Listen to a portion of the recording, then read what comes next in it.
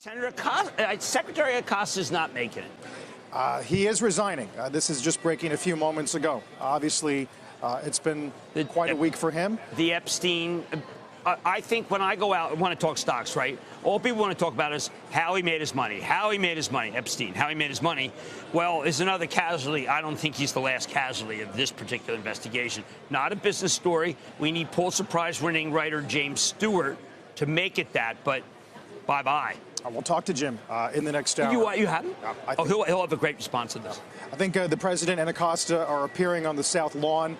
President reportedly saying it's Acosta's decision to resign as labor secretary. There had been some concerns about his tenure separate from Epstein among some conservative leaders in his management of labor. I think that there was a sense that he had no constituency, that he wasn't doing anything, sex trafficking. This was, I think that the president truly wanted this man to go. And so it's a resignation in name.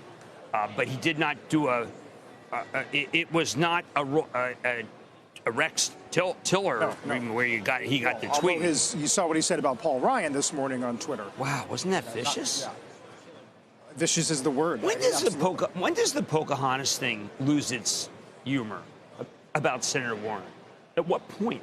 And do you notice he never makes any sport of Nancy Pelosi? He tried nervous Nancy once. No, but didn't she's follow up. A 79-year-old powerhouse who is indefatigable and just is basically, I think there must have been a meeting. And at one point, she just said, "You're not going to call me any names, Chief." She made a chiefdom. She's one tough person. Yeah. And by the way, personally, a lot of people, both right and left, know that she's charming and her husband's charming. So they tend to be taken by her. Speaking, while we're on politics, Jim, we mentioned Acosta, the pharma rebate reversal. Wow. The census reversal. What do you think how do you think the market sort of digests all of those things? I think people are completely confused. I mean, there was tremendous buying of Merck. Merck was one of the hottest stocks out there. Merck is a visible company because it has one big drug, which I think is a remarkable drug. But the cancer drugs are the ones that people are really focused on, because the markup of cancer drugs is outrageous at the hospital. I think the president figured that out, and that's going to be the theme. Unfortunately, because the companies that innovate in cancer are so terrific. Fraser's done such a great job at Merck, but it's just more visible. You know, I hope it doesn't go back to the Shkreli thing, because I think Merck is saving huge numbers of lives. But they're easier to go after. And what I'm waiting is for Pence to step up and say, wait a second. Remember, Eli Lilly's a great company, the great company of Indiana. But what a switch.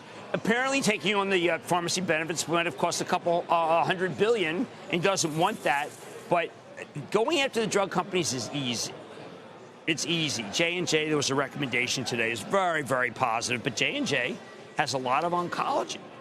Lilly's down to 105? Oh, my. Oh, my. And they just had good news about for acute care for the migraine drug. 105. Yep. That's extraordinary. That's very surprising. Wow. I guess people feel it's going to be an endless battle where he will pick on 7 or 8 companies.